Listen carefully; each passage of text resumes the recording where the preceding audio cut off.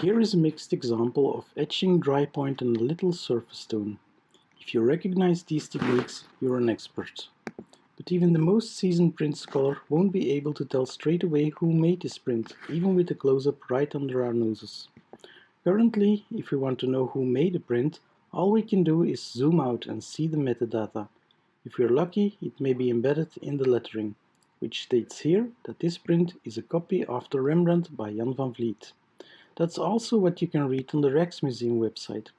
What it doesn't tell you there is that the work of both has often been confused when metadata, such as a signature, was missing.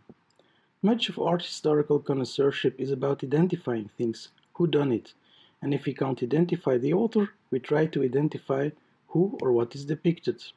And so we find ourselves tagging the picture with iconographic metadata. Art historians are very good at this, even if the image quality of the reproduction isn't all too great. But as soon as we want to make claims about authorship based on style, we need images of better quality. We pay a lot of attention to sharply digitizing paintings, while digital images of prints all too often remain of substandard quality. But there's something special about prints. Unlike paintings, they come in multiples.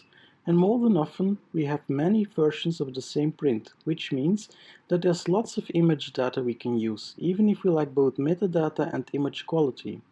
All we have to do is take a deep dive into the smallest digital container of meaning, the pixel. So, what is the resolution of meaning?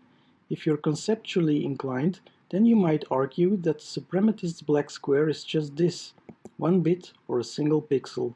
But without difference between that which is and that which is not, all meaning is void. Contrast is key. No 1 without 0, 9 to make whole. You need a minimum of 9 pixels to capture a single graphic feature.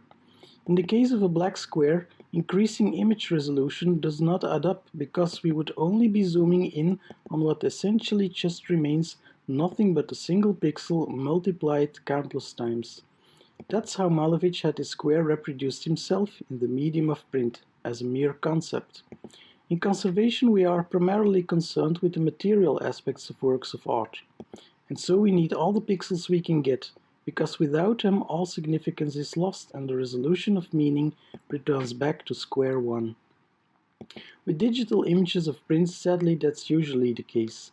Even at very decent resolutions, all we can see is something like black cloth, like a veil shrouding the threads of the needle with which the print was stitched together. Paradoxically, only zooming out can get us back on track, and it is fewer rather than more pixels that make sense.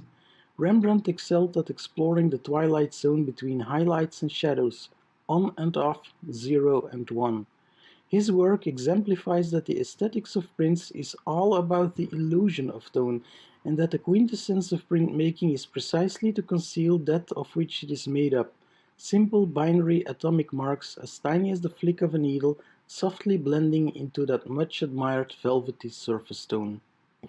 If we want to capture that beauty at the scale of its intrinsic resolution, however, then we have to find the needle in the haystack. Can we trace back Rembrandt's signature velvety blacks to the discrete mark-making of his dry-point needle? First, we shall acknowledge that the tools of the printmaker operate at even higher resolutions than the painter's brush. To capture that extremely microscopic level of detail, we need equally extreme resolving power, while also reckoning that we will always be failing to defeat the laws of optics, because due to what is known in signal processing theory as undersampling, faint hairlines will tend to dissolve into the limbo of mechanical error. But that which escapes the eye and remains hidden from the camera can be perceived by understanding. It is intelligence that can connect the dots and fill in the gaps in betwixt the pixels. Surely, with a fair amount of learning and with the help of data, using lots of images of the same print, no matter their resolution or size, carefully collected and superimposed to be perfectly aligned pixel by pixel and fused until we have reconstructed that which was lost in translation from one medium to another. But what happens in the more common situation when prints are made up of dense hatching? Then everything seems lost. The effects of low resolution and undersampling have now become truly detrimental. And yet, if we can find and save at least one lost track, then perhaps all can be redeemed. This quest for the needle in the haystack is the red thread running through my research efforts. If we really want to understand the black magic of printmaking, then we must go beyond the optical limits of digital photography. We must learn how to see in the dark and train our computers how to bring light from darkness and dissect the chaotic void of meaningless pixels into meaningful layers of cross-hatching, parallel lines, curves, strokes, and dots. Only then will we perceive the full glory of Rembrandt's needle, no sooner than the moment that we can extract a single line out of nothing. Trying to reverse engineer the common causes that underlie image corruption and optical artifacts, it's an ongoing effort, but I get better at untangling the knots and unraveling Rembrandt's intricate doodles and scribbles. It's still a bit tedious with lots of tinkering, but I'm confident that some of my techniques can be implemented as automated image processing procedures. Then, all kinds of statistical analysis are possible, and subjective qualities like artistic style and graphic technique will be quantifiable metrics as if it were embedded metadata, like a hidden signature. The important thing to remember is that even the most impervious impressions contain detail, however deeply tucked away. It can be fathomed and figured out by using all the visual information we may collect and put together like pieces of a multidimensional puzzle. Data collection, comparison, and analysis provide the key to help us find all the needles in all the haystacks. However, not all prints come in multiples.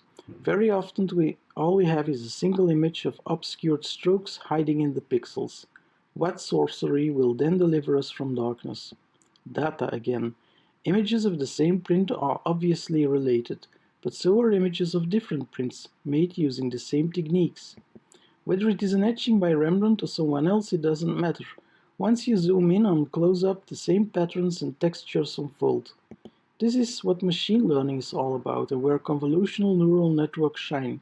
They zoom into dozens of layers of close-ups at different scales and learn to detect these patterns as if by magic.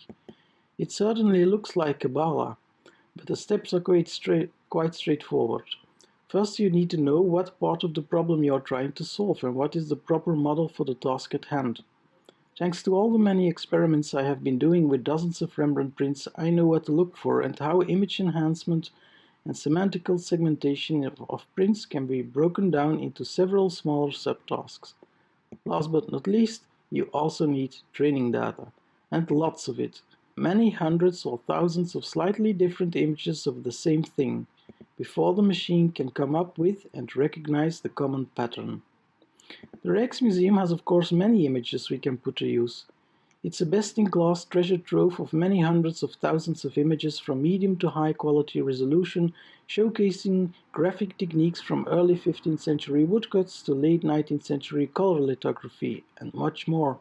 In and of themselves, these pictures are not yet usable for machine learning straight off the shelves, but I'm working on it. Thanks to the Rijksmuseum's liberal open data policies, there is programmatic access to the image's metadata. However, I ran into quite a few issues with the Rijksdata APIs. I had to spend a fair amount of time on debugging, repairing, and cleaning up the data. I'd love to get into the nitty-gritty details, but software development is very hard to show without becoming tedious or getting lost in technical nitpicking and nerdy bike shedding. It's been an effort, but I believe my tool will be useful to anyone interested in all kinds of data-driven research of the Rijksmuseum collections. I plan to open source it once I have a stable build. I'm especially happy with the novel data structures that I have been designing, which port the domain knowledge of print scholarship to nice and tidy data formats using the latest web standards and version control. With my tool, I can now efficiently query and filter for specific classes of prints, soon to be sliced and prepared as training data for machine learning. Everything and all neatly tagged using up-to-date metadata from the official museum catalog. So then, can we say who made this print already?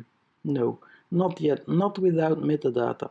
But as soon as we start training for all kinds of tasks, we might just as well train some software to tell us, without metadata but with statistical probability instead, that this is Van Vliet and this is Rembrandt.